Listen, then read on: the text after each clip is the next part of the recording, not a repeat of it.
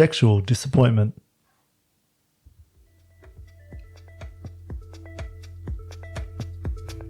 Hi, I'm Bec from Be Free Emotional Fitness Training, and I support women and girls to become emotionally stronger.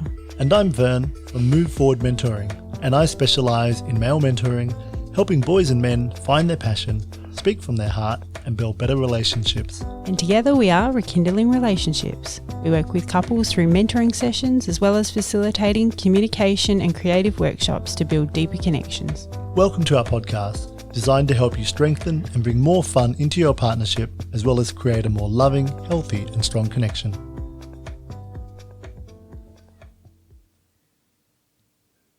Hey everyone. Hi everyone, and we're back again talking about sexual disappointment. Ouch. That sounded painful. It does sound like a painful situation to be in. To be sexually disappointed. So let's break that down. What does it actually mean, and what can we do about it? What does that look like in the bedroom? So sexual disappointment can be one-sided sex. One person is getting the sex they want and the other person is not getting what they want. I'm not even sure they're getting the sex they want. They're getting sex. They're getting sex. Just because the other person might feel like it's their duty to do it, but they're not really interested in it. It's probably disappointing sex for both of them. Oh, it would be. There's no life in that, is there? No. It's not fun. It's not engaging. It's not interesting. Spontaneous. It's not spontaneous. There's no.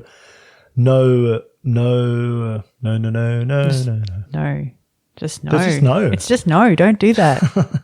Stop. So being disappointed, I don't like it. And, the disappointment can be.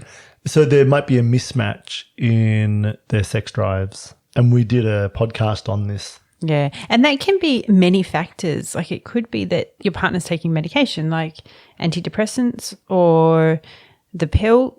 Both are notoriously bad for messing with your libido. Now you've been on antidepressants before. And the pill in the past. And what happened? I mean, this is my personal experience saying that. Other people may not have the same experience as me, but I find that I was pretty much void of emotion. You're a bit neutral all the time. Flat? Flat. So you're not excited, but you're also not the other way? You're just meh. So what does that mean for meh? It's like white noise. So what does that mean? And the pill was big. Actually, the pill massively affected my libido. Wow. And so in the bedroom, did that mean you just didn't get excited? I wasn't really interested much. No, okay. And a lot of people are taking some sort of prescription drugs, and even non-prescription drugs can do this to you. It can just sort of flatten everything out a little bit. It's not as interesting. That might be a factor that's happening for somebody who finds themselves in this situation. Yeah. Yeah. They're not really interested. Health problems, other health problems. Yeah, stress. Stress. If you're stressed, then it's very hard. And I know if I'm speaking as a man, stress can really affect your libido, say, and it has affected my libido in the past, where if I'm really stressed, I can't actually come into that space. You're all in your head. I'm all in my head. I'm worried. I'm anxious. And so the stress means that I can't perform in that space. And maybe that's another thing. There's disappointment because of performance. So I'll speak as a man on this. And, erectile dysfunction or premature ejaculation, these things can happen because of prescriptions and health worries and stress and a whole lot of other things going on. And what it does, it means that for myself personally, if I was in that space and I couldn't actually perform to what I think I should be, then couldn't get an erection, couldn't please my partner, and then you feel bad, and then it sort of snowballs. It gets worse and worse. So you're like, you don't even want to step into that space, And everyone's left disappointed because it's like, oh, man, I really want to enjoy this, but I feel like I need to do these things. And sometimes you just have to actually just be okay with that. But you know what? And have a conversation and say, I'm sorry. I'm so stressed at work right now. I really want to be intimate.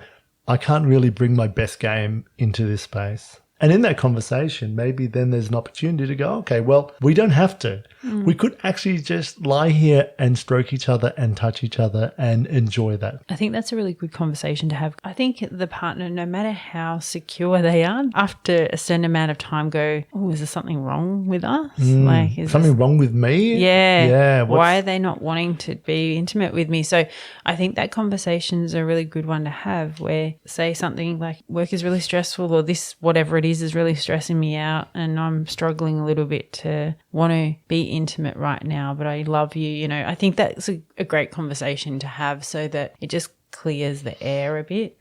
People aren't sitting there doubt. feeling like it's their fault. That's the blame. Creating more insecurity. And yeah, because when people get up in their head, and then it becomes a conversation in their head about what's not happening in that space.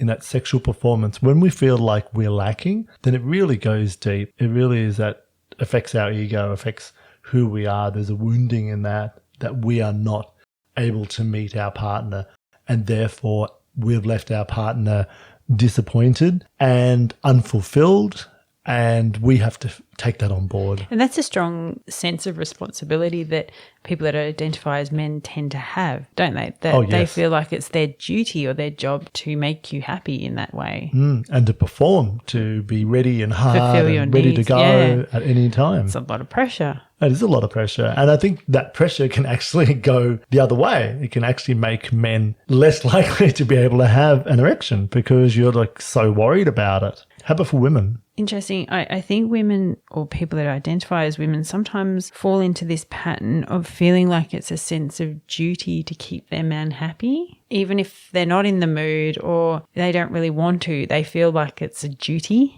Lie back and think of England. And I think that's a really sad pattern that sometimes women get into, where they feel like it's their duty. And I think I could find myself in that situation in the past where I felt like it was my job to service or please that person and to give, to be the giver. Yeah. And I remember one of the things you said to me was probably like the best thing you've ever said. I think. Best thing you've ever said? Well, one of the best things, because it's got me out of that headspace of feeling like it was my job. To do what? Yeah, I'm just looking at Bec and laughing because she's really struggling with this. Go on, say it. I remember one time you said to me, no, it's not your job to make me come. It's my choice if I do or not. Don't feel like that's your job. And when you said that, I was like, oh, there's like this relief of responsibility. There's no pressure anymore. Yeah. And from then I didn't feel like I had to be the giver all the time. Yeah. And I think there is this and that idea, was a real switch in my head. Yeah. And there is an idea in sex is that we're chasing the orgasm, chasing the, both people come at the same time. Hooray. Or your partner's not happy if they don't. Yeah. Like you haven't fulfilled your. Yeah, they didn't come. Yeah. Oh my goodness. I haven't done a good enough job. And there is a lot of that self-talk. I've been there. Yeah, I think, I've been there as well. If I can't satisfy you, I feel like I can't satisfy you and I can't make you come every time. I have to get out of my head and go like, it's not about that. It's actually about us being intimate together. And one of the things I love in our relating is hitting the pause button. And this has really helped me as a man deal with coming too quickly is when I start getting really excited and I start getting too excited. And I know when I'm getting too excited, and it's point about, that 60, 70% before you hit the point of no return where I'll say pause and we'll just stop whatever we're doing. And as long as we stop whatever we're doing, I can breathe and I move my body a little bit and I sort of scrunch my toes. Move the energy around. And I move the energy somewhere else so I'm not going to come. And it then allows us to go for longer. But what it does, it allows me to start controlling when I come. I don't come every time straight away. And I don't want to come every time straight away. I want to be able to be in that space and enjoy your body and enjoy that for as long as possible. And it's probably a bit of a change in my mindset than in the past where I was just like, all right, I'm doing this. Too late. Okay, and it's gone. And then it's like, oh, I feel bad because this person next to me has sort of missed out because this hasn't lasted very long. Now I know it's like, I know what's going to happen now. I'm going to press pause. I'm going to say pause. We're going to stop. We're going to shift it around, do something out.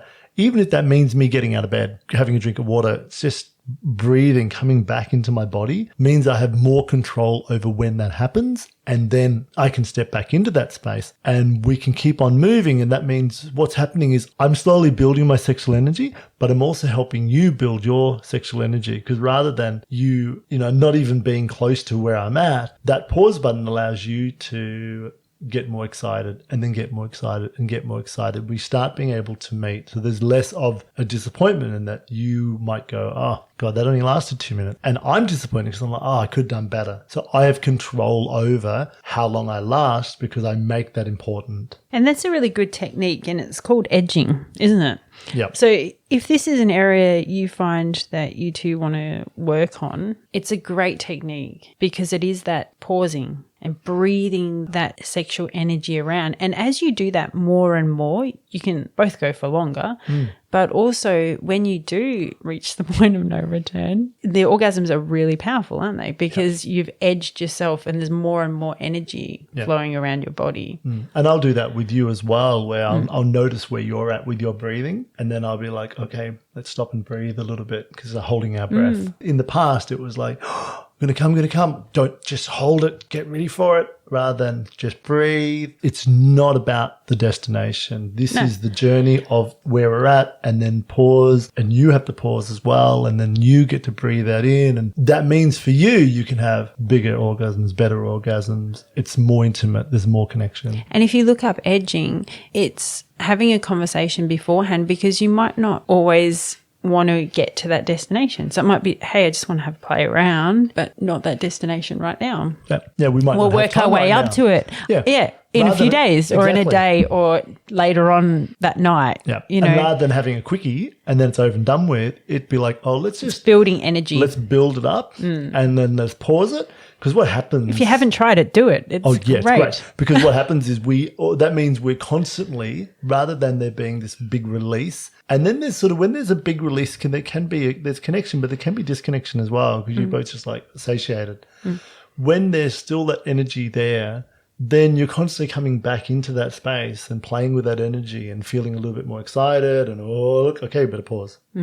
Take some time out. Yeah, so if you find yourself in this situation again, as I keep banging on, have the conversation. Change it. And talk about maybe pausing. Let's try putting the pause button on. This is what I'm going to do. Okay? It's like a safe word. And try and get yourself into a space where you're enjoying sex again. And that could mean not taking any drugs, alcohol, anything that's going to numb you a little bit. So you're really present in that space. Meditation and sex work really well together because if you can meditate or if you can find a mindful practice, then that mindful practice that happens outside the bedroom, outside the intimate space, then transfers in because then in that space you're, rather than being up in your head and worried about, oh, this is going to happen, that's going to happen, oh, I'm going to please that person. You've stilled your mind. You've stilled your mind and you're more in your breath. And when you're more in your breath, you're more connected to what's happening in your own body, but also what's happening in the other person's body. Absolutely. So join us for our next episode, which is about sexual disinterest. Thanks for listening. Please subscribe and follow us. And check out our website at rekindlingrelationships.com. Bye for now. See ya.